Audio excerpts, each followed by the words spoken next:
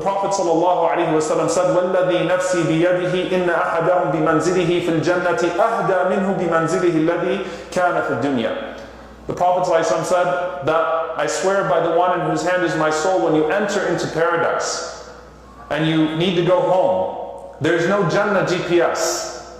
You don't need to ask an angel for directions. You don't have to be like, which palace is mine? Do I go here or do I go there? Which bridge do I take?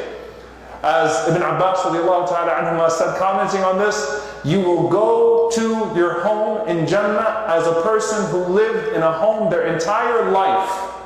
At no point in error, at no point confused, exactly where you need to go. And that's from the mercy of Allah subhanahu wa ta'ala and that familiarity.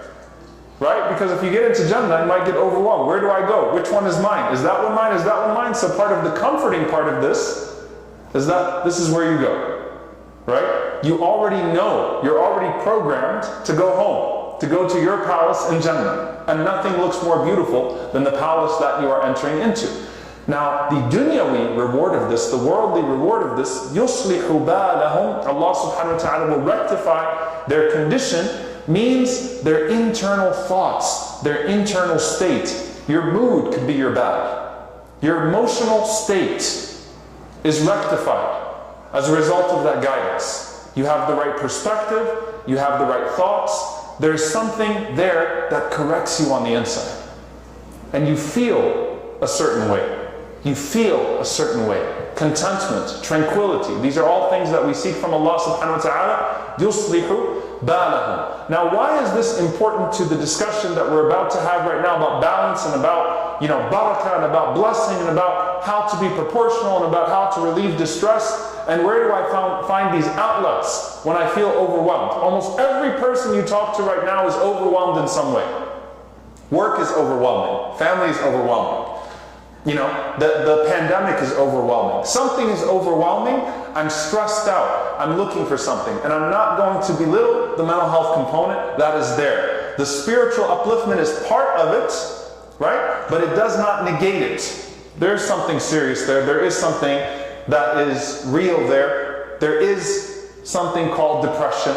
There is an emotional component of you, a physiological component of you. And while it is connected to the spiritual does not tell you to neglect those. Okay? However, when we talk about balance, when we talk about finding an outlet, one of the ways that we fail is that we restrict the discussion to time. Your family has a right upon you, yourself has a right upon you, so you need to give more time to your family. You need to give more time to yourself, which might be true. But the bal is not simply encompassed within time. Sometimes it's not about time, it's about the things that consume your thoughts and energy even with less time.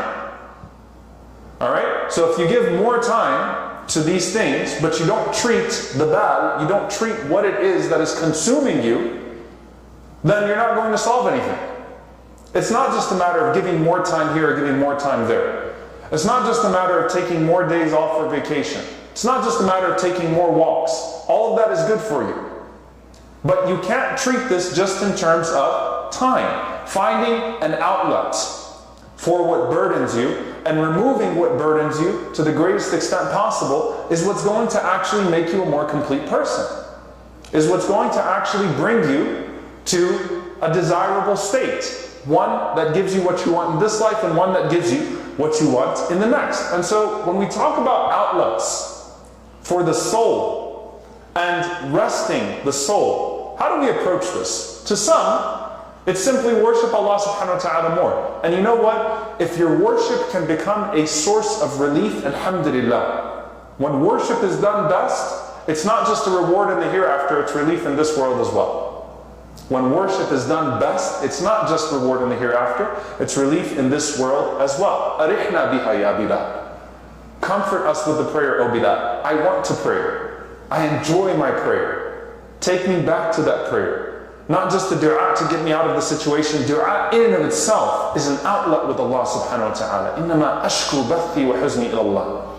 I complain of my sadness and my grief to Allah subhanahu wa ta'ala. I have those moments where I can release the valve and talk to Allah The very act of dua is comforting to me, whether I get exactly what I'm asking Him for or not. The very fact that I get to go into that dua and have that conversation, I feel so much better. Think about a person that you really love, just talking to them, the comfort of their voice, the familiarity of their voice.